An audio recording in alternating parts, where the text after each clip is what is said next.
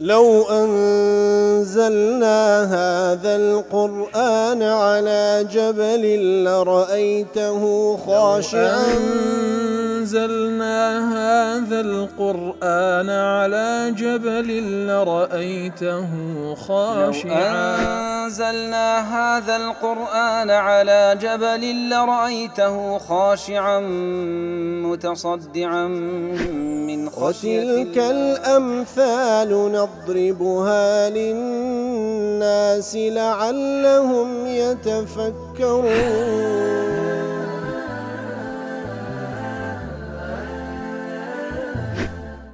الحمد لله والصلاة والسلام على رسول الله وعلى آله وصحبه ومن والاه. السلام عليكم ورحمة الله. بەڕێزان خۆشحاڵم لەوانەی 1230 لەوانە کاین تەفسیری قورئانی پیرۆز بێم و خزمەتتان بەم بەستە ڕەزامەندی رب العالمین و هیوادارم ئێوەی ئازیز سوودی لێوە بگرن. أعوذ بالله من الشيطان الرجيم. بسم الله الرحمن الرحيم. ولو شاء ربك لجعل الناس أمة واحدة ولا يزالون مختلفين. بەڵێ خۆشەویستان و کلێوانەی ڕابچ کەمێک لە خزمەت دەوات پیرۆزەدا بووین. رب العالم دەفرمێ ئەگەر پەروەردگارت بیویست بە یا رسول الله صلى الله عليه وسلم هەموو ئومەتی کۆ دەکردەوە لەسەر یەک اعتقاد و لەسەر یەک منهج، بەڵام ئەو ویستەی نەبوو لۆیە ئیرادەی وابوو خوای گەورە سوبحانه وتعالى بە قابلیەتی چاکە و خراپە، بە قابلیەتی باش و خراپ ئەو ئینسانە بە قابلیەتی ئیمان و کوفر کە خەڵقیانی کرد لە بۆ ئیبتلا و تاقیکردنەوە ئیتر لە نەتیجەدا ئەوەیە کەوا بەردەوام ئیختلافیان لە نێواندا هەیە. بەڵێ ئینجا وەکو ئیبن عوثەیمین ڕەحمەتی خوای لێ دەڵێ ئەو ئاتە حجەی تێدایە لە بۆ کەسانێکەوە ئیعتیقادی جەبریان هەیە، ئیعتیقادی جەبری کەوا ئەوان دەڵێن ئینسان موجبەرە، واتە خوای گەورە چی بێ هەر ئەوها دەبی. كاتك خوي يقول ولو شاء ربك لجعلهم أمة واحدة، وأنت لو شاء الله لجعلهم أمة واحدة. أجر خواه سبحانه وتعالى بيستبا هم يعني كور ذكر سر إيمان.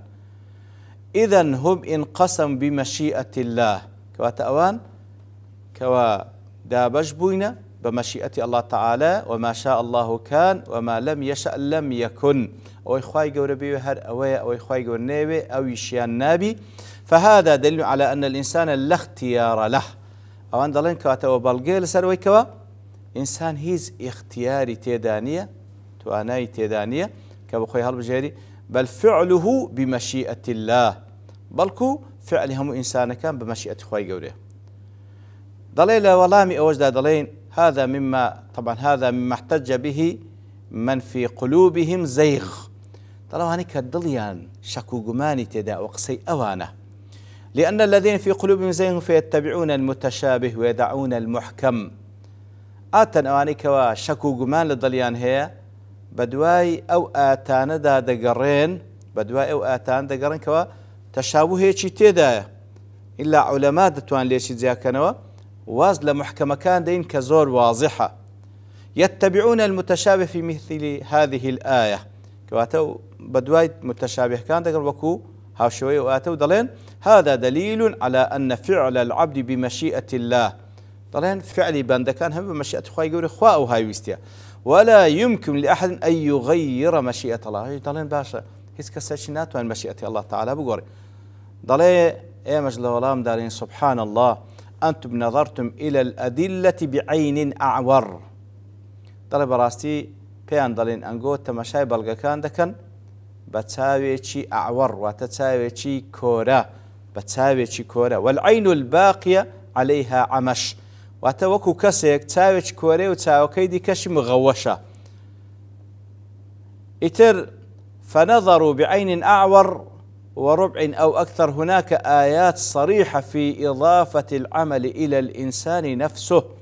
تندين آيات من هي عتن لو بابتان لبويتي بقيد بي همو أو آتان درباري أو موضوعية همو أو حد ثاني درباري أو موضوع دبي كوي بكيوه. ضلت سندين آيات من هي زور صريحة كوا عمل داتو بال إنساني، وأنه بمشيئة الإنسان يعمل ما يشاء. كوات بمشيئة خوي أو كبير يديك. تماشاك لو آتان دفرمي وكل سورة الكهف ذات من شاء فمن شاء من شاء فليؤمن ومن شاء فليكفر أو يدي با إيمان بيني أو يدي با كفر بك لا آياتيش كذا فرمي لمن شاء منكم أن يستقيم لسورة التكوير هر کەسێک لەنگۆ دەوێت کەوا لەسەر ڕاستەڕێگابی ئیتر چەندین ئاەتی دیکەش کەواتە مەشیئەتی دایتەوە دەست ئینسانی لە چەندین ئاەتی دیکەش هەروە وەکو دەڵێ ئەلەیسە الئینسان يحس بنفسه أنه يفعل الفعل ولا مكره له ئینسان با منصف بی هەرێک لە ئێمە ئایا هەست ناکەین کەوا ئەو کارەی کە دەیکەین ئیکراه و ئیجبار ناکرین بە مەشیئەتی خۆمان دەیکەین لە بۆ نمونە کەسێک کەوا دێتە مزگەوت کەسێک ئیجباری کردێ بێ یان بە مەشیئەتی خۆی دێ بەبێ ئەوەی کەوا کەسێک ئیجباری بکە لە مزگەوت دەردەچی ئایا بە مەشیئەتی خۆت دەرناچی ئیترەوە شتێکە کەوا ئینسان بە ئینصافەوە فکر بکاتەوە بە فعلی هەمان هەست پێ دەکەین و هەروەها بە مەشیئەتی خۆت دەتوانیت بچیت جێگای خراپ بە مەشیئەتی خۆت دەتوانی فڵانە شت بکەیت بەڵێ کەواتە إذا ما معنى كون فعلنا بمشيئة الله ئەدی باشم لەو حاڵی ئەمە فعل مەشیئەتمان هەیە ئەدی معنای چیەکەوە مەشیئەت یاخود فعلی ئەمەش بە مەشیئەتی خوای گەورەی سبحانه وتعالى دەڵێن فعلنا بمشيئة الله أننا مهما فعلنا من شيء فالله قد شاءه بەڵێ ئەمە مەشیئەتمان هەیە ئیرادەمان هەیە ئەو ئیرادەیە خوای گەورە ویستی لەسەر بووە کە پێمان ببەخشی ئەو کردەوەش کە ئێمە دەیکەین خوای گەورە ویستی لەسەر بووە کە مەتوانای هەموو کردەوەکانمان هەبی ومەشیئەت لەو سابقە لمەشیئەتنا بەڵێ مەشیئەتی خوای گەورە لە بۆ ئەو کار و کردوانی کە ئێمە دەیکەین لە پێش مەشیئەتی ئێمە بووە لكننا لا نعلم بمشيئة الله إلا بعد وقوع الشيء کەواتە شتێک ئێمە دەکەین لە چاکەیان لە خراپە کە دوای ئەوەی کردمە ئەو جا دەزانین خوای گەورە ویستی لەسەر بووە لە ئەساسەوە لە پێشی مەشیئەتیمە کەوا ئێمە ئەو ئیشە بکەین کەواتە خوای گەورە دەیزانی ئێمە ئەو شتە دەکەین مەشیئەتیشی لەسەر بوو ئەگەر نادەیتوانی مەنعما بکات سبحانه وتعالى فنعرف أن الله قد شاءه كواتا أنا الآن أشاء أن أتكلم معكم وأشاء أن أحرك يدي لبون مو ندلي أمن إستا ويستم أويك وقسي لقلتان بكم أمن إستا ويستميك ودستكان بزولينم هل شاء الله أن أتكلم وأن أحرك يدي كواتا خوا ويستي لسربو أمن قسي بكمو دستم بزولينم طبعا نعم كو زانم كخواي قول مشيئتي لسربو بوقوعه ما دام أنزامم داك واتخواي قول ويستي لسربو كامن أو كردو أو قسي بكم لأني أعلم علم اليقين لا يمكن أن يكون في ملك الله ما لا يشاء علم يقين ما بيستهبي لا ملكي خواي قول هيش تقرونادا أجر خواي قول نيو سبحانه وتعالى وأمنج لنا ملكي خواي قول سبحانه وتعالى أسمان كانوا زوي هموي لملكي خواي قول سبحانه وتعالى كاتشتاق لنا ملكي خواي قول رونادا أجر خوا مشيئتي لسر نبي بلام لكن أنا لا أعلم مشيئة الله إلا بعد وقوع الشيء بلام نازم ويستي خواي قورسي حتى اشتكى روندا حتى اشتكى روندا لو يعني هذيك العلماء ضلين إن القدر سر مكتوم بل قدر خواي قورا نهينيك شار درايته لا يعلم به العباد بند كان نايزانا لأن العباد لا يعلمون به إلا بعد وقوعه بند كان باشوي كوا اشتيقرو دا أو تزان كخواي قور ويستي لسر كواتا خلاصي كلام ئێمە مەشیئەتمان هەیە خوای گەورە ئێمە خەڵق کردێ بە مەشیئەتی چاکە و خراپە بەڵام سابقەنیش دەیزانی کەوا ئێمە چ دەکەین بەڵام ئێمە کە دەیکەین هەر چاکەیەک هەر خراپەیەک بەویست و مەشیئەتی خۆمان دەیکرد ئیکراه ناکرین ئیجبار ناکرین مەگەر ئیکراه و ئیجبار بکرین یەک لە مانعەکانی تەکلیفە لەسەرمان نانووسرێ بەڵام هەموو کەسێک بە ئینصاف ئێستا فکر کاتەوە دەزانی بە ئەو پەڕی مەحزی ئیرادەی خۆی چاکەیان خراپە دەکات بەڵێ ئەو چاکە و خراپی کە کردت خوای گەورە مەشیئەتی لەسەر بوو لەبەرەوەی خوای گەورە مەشیئەتی لەسەر بوو ئێمەی بەو شێوەیە خەڵق بکات کە توانای چاکە و خراپەمان هەیە کەواتە ئێمە مجبەر نین ئەگەر مجبەر باین حسابمان لەگەڵ نەدەکرا بەڵکو ئێمە ویست و ئیرادەمان هەیە خوای گەورە لەسەر ئەو ویست و ئیرادەی حسابمان لەگەڵ دەکا و سابقەنیش کە عەلام الغویوبە دەیزانی ئێمە چ ئیختیار دەکەین بەڵام کاتێکەوە ئێمە بە فعلی شتێک ئەنجام بدەین ئەو جا خوای گەورە دواتر حسابمان لەگەڵ دەکا. بەڵێ گەر خوای گەورە بیویست بە هەر هەمووی کۆ دەکردو لەسەر یەک ئومەت، بەڵام ئەو ویستەی نەبوو کە ئەو ویستەی نەبوو ولا يزالون مختلفين ولا يزال الناس مختلفين في أديان ومذاهب وآرائهم. لێ تەماشا دەکەی بەردەوام خەڵک مختلفا جیاوازن لە دینیان لە مەذهبیان و لە ئارائیان. وەرەی خوای گەورە ویستی لەسەر بوو کە ئەو ئینسانە بە قابلیەتی چاکە و خراپە دروست دەکە کە خەڵقی کردیە ئیتر لە نەتیجەی ئەو اختیاری کە درایتە دەستیان دەزانی خوای گەورە لە نەتیجەدا بەردەوام خلاف ڕوودەدا، لە نەتیجەی ئەو خلافەشە ئێمە هەمووی تاقی دەکرێنەوە. لە ئاەتی دوات دەفەرمی ولا يزالون مختلفين إلا من رحم ربك، إلا مەگەر الله تعالى ئەوانەی کەوا ڕەحمیانی پێکردیە ئەوانە پارێزراون لەو خلافە باطیلەی دەستیان بە حەق داگرتیە. ولذلك خەلەقهم لەبەر هەندێک خەڵقی کردین کە دەین تەفەسیلی پێدەین لە ئارای عولەما لەبەر چی خوای گەورە خەڵقی کردینە.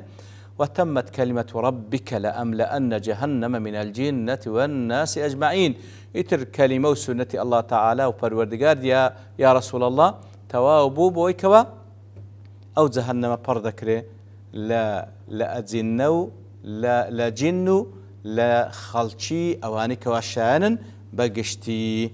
ديار مناسبة وآتش لقل أوي بيشتركو ابن عاشور دلي أنه لما أشعر الاختلاف بينه اختلاف في الدين كاتكوا لا بيشتر ولا يزالون مختلفين كوا زياتر إشارة بويدة كوا اختلاف كالدينة، وأن معناه العدول عن الحق إلى الباطل. اختلاف شلدين زياتر بمعنى أوي كوا كسانك لو حق لا دنبر وباطل، لأن الحق لا يقبل التعدد والاختلاف. ولا براستي حق تعدد قبولناك واتتسن حقك بي يك حق هي لو خلاف تعدد قبولناك عقب عموم ولا يزال مختلفين باستثناء من ثبتوا على الدين الحق. ليه لا تبيشتر كوا بقشتي فرموي ولا يزالون مختلفين ليرك كسان شي لو اختلافي جيا كدو استثناء كرد أوانا كوا من ثبتوا على الحق ولم يخالفوا أوانا كوا خوراقرن لسر أو حقي خلافي أو حقينا كانوا خواهي قول سبحانه وتعالى دفر أوانا كوا أهل رحمة إلا من رحم ربك ولا يزالون مختلفين بردوام الاختلاف إلا من رحم ربك أي إلا من رحمهم الله إلا الله تعالى رحمي بيكردينا أوانا كوا فهداهم إلى الإيمان به واتباع رسله أوانا كوا خواهي قول سبحانه وتعالى رحم بيكردين كوا هدايتي دان لبو إيمان لبو شوين كوتي بيغمبران فإنهم لا يختلفون فيما جاءهم من عند ربهم. اختلاف بيدانا كان لو حقيك الله پروردگاريا لبويان هاتيا. أو في كوري مالك خير رالد فرمي بيان صلى الله عليه وسلم فرموي افترقت اليهود على 71 فرقة. يهود بونا حفتاويك فرقة فواحدة في الجنة و70 في النار. يتشان لبهشتن لسر حقا أو أنت كلا أقرن. وافترقت النصارى على 72 فرقة. نصارى بونا حفتاودو فرقة ف71 في النار و1 في الجنة. حفتاويتشي لأقرن يتشان لبهشتا والذي نفس محمد بيده لتفترقن أمتي على 73 فرقة. قسم بوزاتي كنفسي مني بدستوى أمتي منيش تفرق دروز دكن دبن 73 فرقة 1 في الجنة و72 في النار.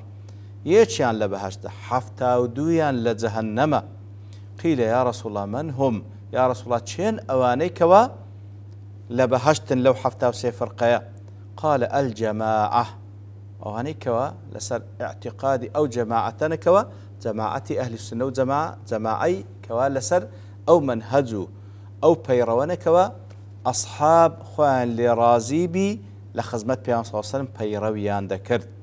دار حديثك ابن ماجه وهو ابن أبي عاصم للسنة والطبراني روايتيان كده وابن كثير لبداية ونهاية إسناده لا بأس به وهروها عراقيش للباعث على الإخلاص دلي إسنادك جيدة وهروها سخاويش دلي رجال كان زي ثقن وكو لأجوي مرية هنايتيو وهالبانيش رحمة خوالي بالله صحيح ابن ماجه تصحيحي دكا. ودكتور خالد سعد النجار ضل فالمرحوم من عباد الله من لا يوجد الخلاف بينهم كواتا إلا من رحم ربك دلي أواني كوالا بدكاني خواهي قورا خواهي رحم بيكن أواني كوا خلاف لنواني النية. وأعظم الاختلاف وأشده ما كان على العلم وبصيرة خرابترين قورتين خلاف تنترين يعني أويكوا بعلم وبصيرته بسي خلاف بكي نقبة زهله إذ أن مقتضى العلم الاجتماع على الحق لبيدا يشتكاني علم أويكوا لسر حق كوبنوا فإذا حصل الاختلاف فلا يكون إلا ببغي وظلم كواتا براستي اختلاف لدواء وكوا علمي هبي إلا بظلم وتعدى وحسودي درز دبي وخاي جورد فرمي وما تفرق الذين أوتوا الكتاب من بعد ما جاءت بينهم وما أمروا إلا ليعبدوا الله مخلصين له دين حنفاء ويقيموا الصلاة ويؤتوا الزكاة وذلك دين القيمة.